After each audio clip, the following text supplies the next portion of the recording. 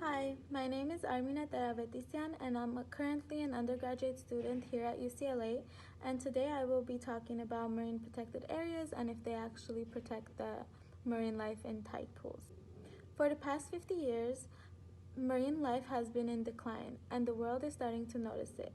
Human activities are the main cause of this decline, with things like overexploitation through fishing and pollution having big impacts. One way that this issue is being addressed, both here in California and internationally, is through MPAs. These are areas in where human activity is restricted and in most cases do not allow things like fishing or taking of marine materials. Important question is whether or not these MPAs are actually working.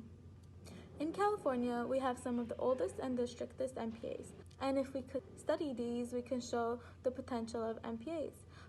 As you can see in the map provided at the top,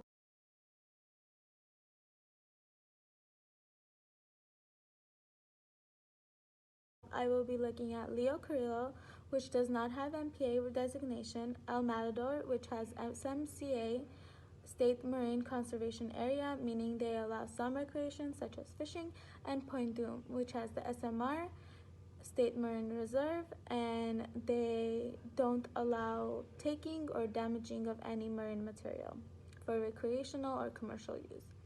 I decided to look at tide pools, which are shallow seawater pools on rocky beaches.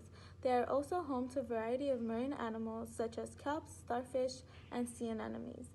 In addition, tide pools can exist as their own or part of a larger ecosystem. High biodiversity ensures a healthy ecosystem and sustainability for all life forms. My hypothesis is that MPA designation will lead to higher biodiversity. My prediction is that tide pools at Point Dume will have higher biodiversity as a result of its strictly enforced regulation compared to tide pools in beaches without MPA designation.